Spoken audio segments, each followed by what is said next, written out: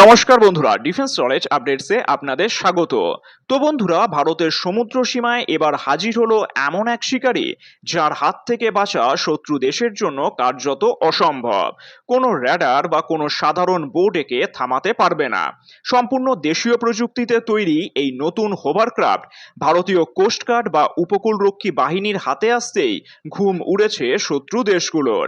কেন এই হোভারক্রাফটকে game changer বলা হচ্ছে, কিভাবে এটি চীন ও পাকিস্তানের সমুদ্র ষড়যন্ত্রকে গুড়িয়ে দেবে, আর ভারতের ভূ রাজনীতিতেই বা এর প্রভাব কি, এই বিষয়গুলো জানতে ভিডিওটি শেষ পর্যন্ত অবশ্যই দেখুন।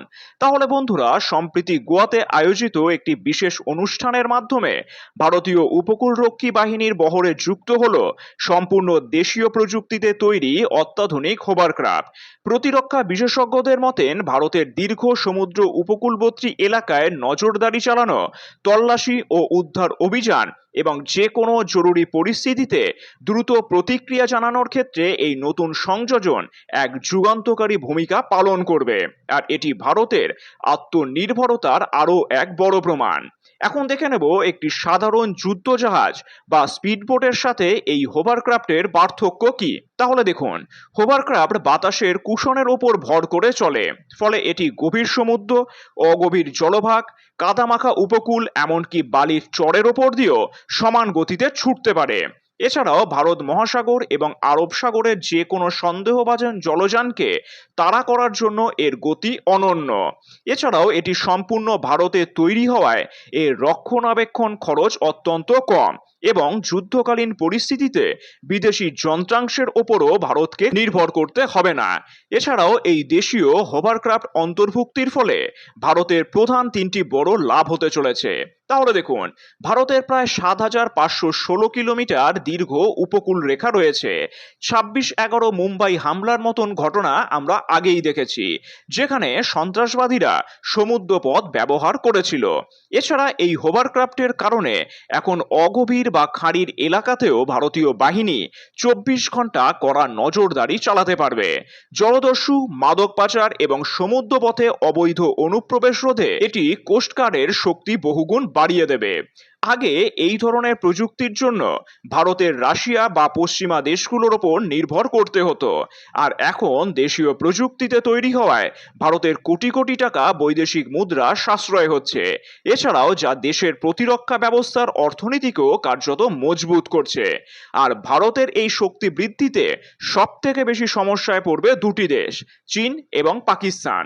তাহলে দেখুন, ভারত ও পাকিস্তান সীমান্তে গুজরাটের কাছে স্যারক্রিক নামের একটি অত্যন্ত জটিল কাদামাখা ও খাড়ি অঞ্চল রয়েছে।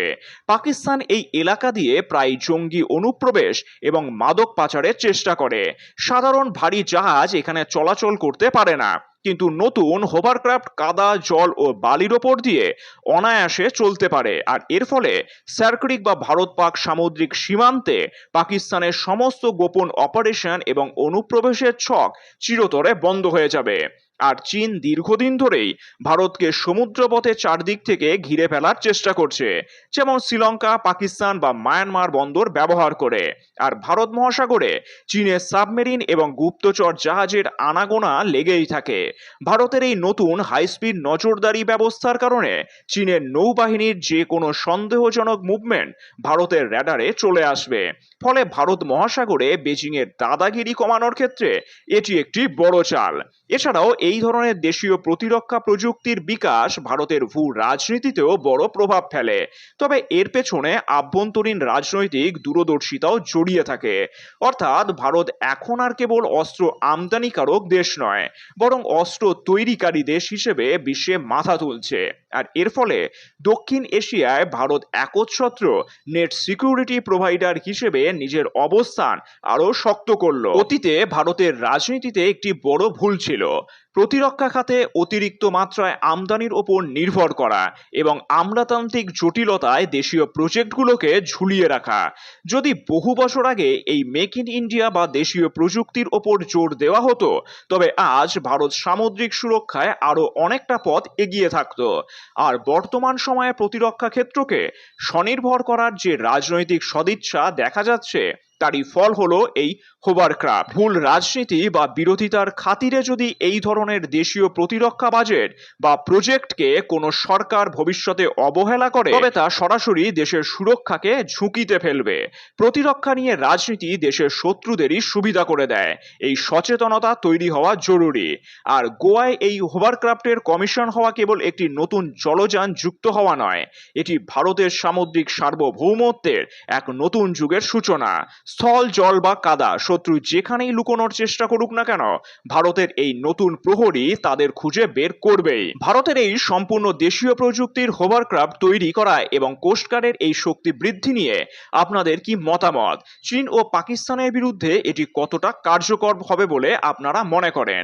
কমেন্টে আপনাদের মতামত অবশ্যই জানাবেন। আর ভিডিওটি ভালো লাগলে লাইক করবেন, বন্ধুদের সাথে শেয়ার করুন এবং এই ধরনের তথ্যমূলক ডিফেন্স আপডেটের জন্য এই চ্যানেলটিকে অবশ্যই সাবস্ক্রাইব করে রাখবেন। ধন্যবাদ। জয় হিন্দ।